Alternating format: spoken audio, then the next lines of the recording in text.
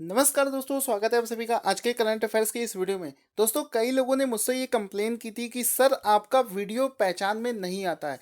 तो दोस्तों, उसके रिगार्डिंग मैंने आज एक काम किया है कि मैंने अपनी करंट अफेयर्स की वीडियो का थंबनेल चेंज कर दिया है। आप लोग भी पहचान लीजिए, क्योंकि बहुत सारे चैनल हैं जो कन्फ्यूज़न क्रिएट कर रहे हैं। तो यहाँ पर क्या है कि मेरे वीडियो पर आपको ये टारगेट स्टडी आईक्यू का ये आपको लोगो दिख जाएगा। इस लोगो को देखकर समझ जाना कि ये टारगेट स्टडी आईक्यू चैनल का करंट अफेयर्स है। और इसी तरीके से प्यार बनाए रखने के लिए बहुत बहुत धन्यवाद। आप लोगों ने बहुत प्यार दिया, बहुत अच्छा लगता है, मोटिवेशन मिलता है करंट अफेयर्स बनाने के लिए।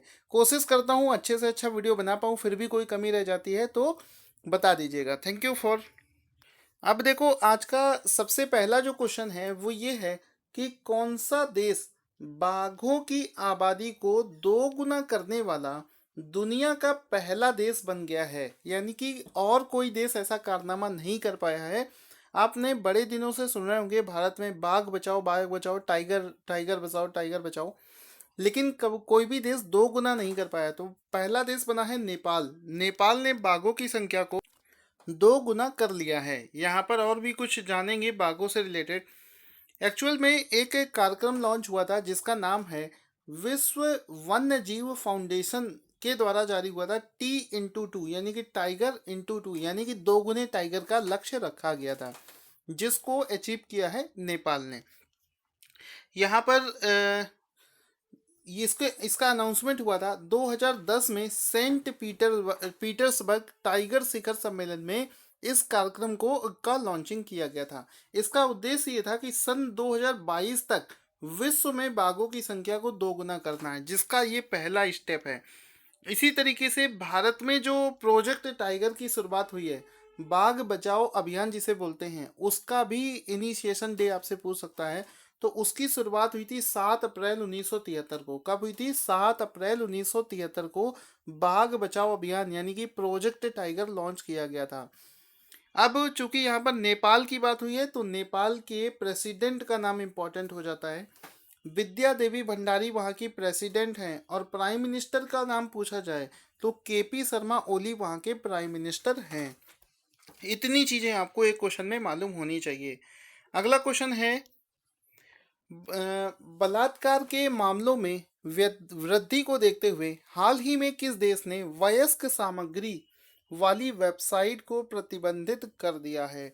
तो जितनी भी वयस्क सामग्री वाली वेबसाइट थी, उनको नेपाल में प्रतिबंधित कर दिया गया है। पहला वाला क्वेश्चन भी नेपाल से रिलेटेड था, जिसमें टाइगर की बात हुई थी, दो गुने कर दिए हैं। दूसरा क्वेश्चन भी नेपाल से ही रिलेटेड है। तो नेपाल में ऐसी वेबसाइट्स को बैन कर दिया गया है। ये आप फोटो भी देख लेंगे, सो दैट आपके दिमाग में चीज़ें बिल्कुल सेट हो जाएं। इसके अलावा दोस्तों, मैं अनअकैडमी पर भी पढ़ाता हूँ। आप मुझे अनअकैडमी पर सौरभ गुप्ता नाम से सर्च कर सकते हैं, या फिर इस वीडियो के डिस्क्रिप्शन में अनअकैडमी प्रोफाइल का लिंक है, जिस पर क्लिक करके भी आप मुझे फॉलो कर सकते हैं। चलते हैं जल्दी से दूसरे क्वेश्चन की तरफ। अगला क्वेश्चन है, किस फुटबॉल खिलाड़ी ने world footballer of the year 101% question पूछा जाएगा एग्जाम में, world footballer of the year का खिताब जीत लिया है? तो देखो, इसका आंसर रोनाल्डो नहीं होगा, जो कि आपके दिमाग में सबसे पहले आता होगा। मेसी भी नहीं होगा। हर अवार्ड पर रोनाल्डो और मेसी का होता था परचम। लेकिन पहली बार ऐसा हुआ है कि ल्यूका मोड्रिक ने world footballer of the year का अवार्ड जीत लिया है। यहाँ पर आप देखेंगे ल्यूका मोड्रिक का फोटो, जिन्होंने इस अवार्ड को जीत लिया है।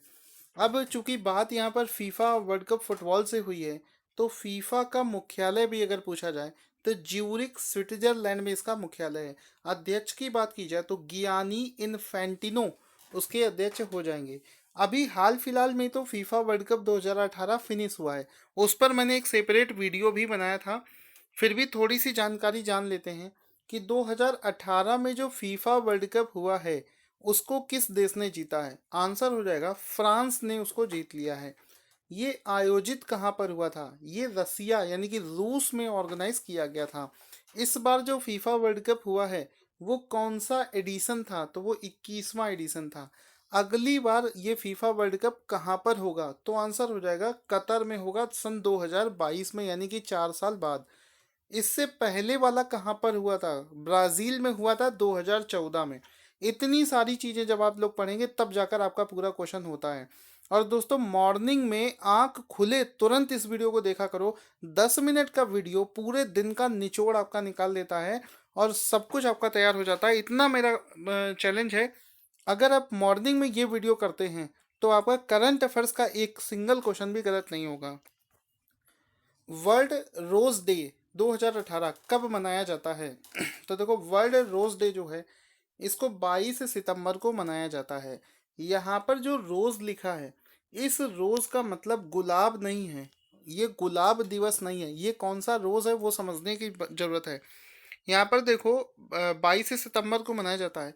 रोज एक 12 साल की लड़की है जिसका पूरा नाम है मेलिंडा रोज। उसी के लिए ये दिवस मनाया जाता है। क्यों मनाया जाता है? इस साइन से आप समझ गए होंगे, कैंसर के लिए ये साइन यूज किया जाता है। हुआ क्या था कि 22 साल की एक लड़की थी जिसका नाम है मेलिंडा रोज। उसको एक रेयर टाइप का ब्लड कैंसर हो गया था जिसको बोलते हैं स्किन्स ट्यूमर।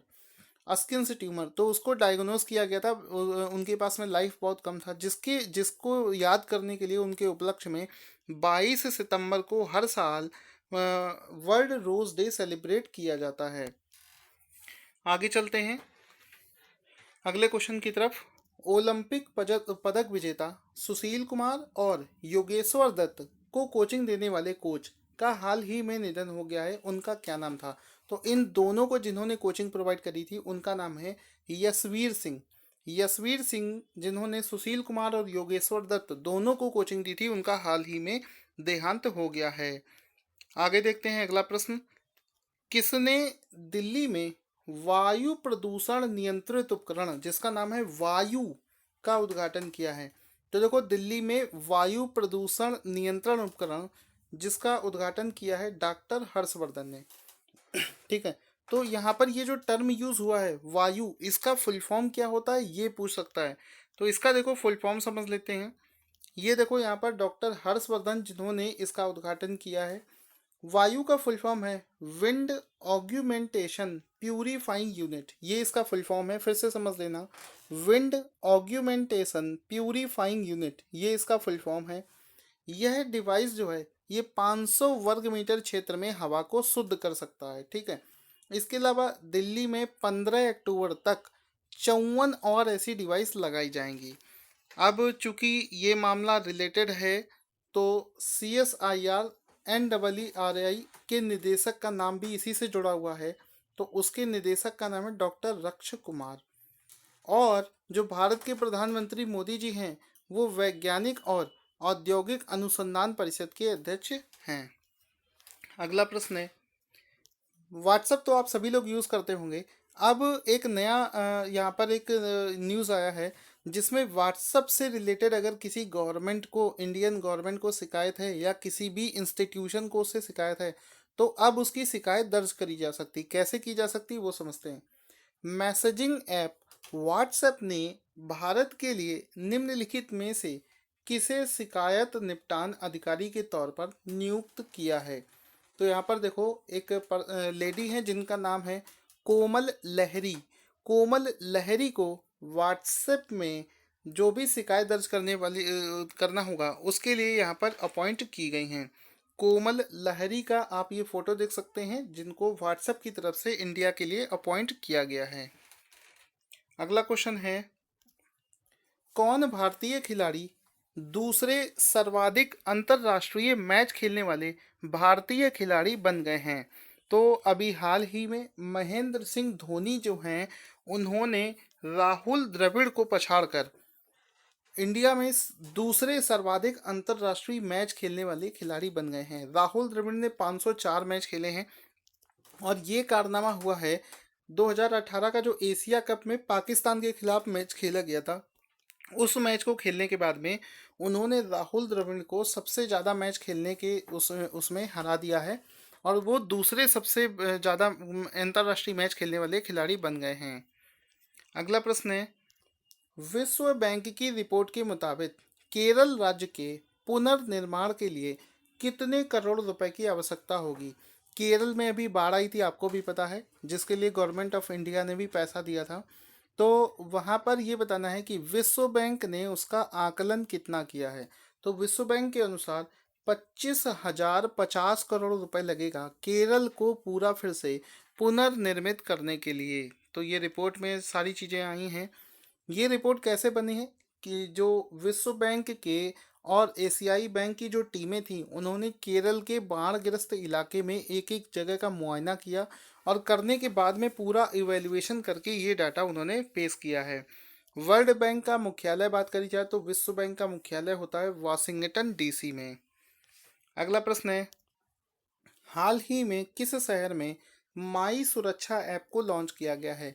तो ये जो माई सुरक्षा ऐप है, इसको मैसूर में लॉन्च किया गया है। ऑप्शन नंबर ए यहाँ पर बिल्कुल सही हो जाएगा।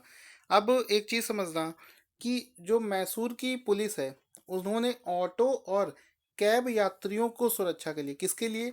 ऑटो और कैब यात्रियों की सुरक्षा के लिए माई सुरक्षा ऐप लॉन्च किया है। जिसमें होगा क्या, जैसे ही आप जिस ऑटो में आप बैठेंगे वहाँ पर एक क्यूआर कोड आपको दिखेगा। क्यूआर कोड ये होता है जिसको स्कैन करने पर आपको एप्लीकेशन दिख जाता है। तो जैसे ही आप उसको स्कैन करेंगे तो जो भी वो ऑटो होगी उसके ड्राइवर का पूरा ब्यौरा और वो ऑटो होगी उसका पूरा ब्यौरा उसके सामने आपका आ जाएगा। अगर आपको कोई आपातकालीन स्थिति आती है तो आप SOS बटन को दबाकर पुलिस को एक इन्फॉर्मेशन भेज सकते हैं जिसमें कि उचित कार्रवाई भी की जाएगी। शुरू करते हैं आज की क्विज, देखते हैं सबसे पहले आंसर कौन देता है। इब्राहिम मोहम्मद सोलिह ने किस देश के राष्ट्रपति का चुनाव जीत लिया है? आज का दूसरा क्वेश्चन है, किस कंपनी ने मोबाइल 5G शुरू करने के लिए NTT और सॉफ्ट बैंक के साथ में समझौता ज्ञापन पर हस्ताक्षर किए?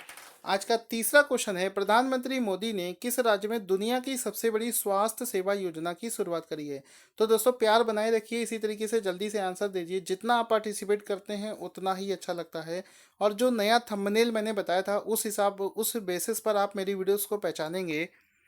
और डेली आप लोग एक आदत बना लीजिए कि आपको सो के उठना है और 10 मिनट का ये वीडियो अगर आपने देख लिया तो समझो कि आपकी तैयारी कम से कम अच्छी चलती रहेगी। एक आदत बना लो वीडियो देखने की। Thank you for listening this video.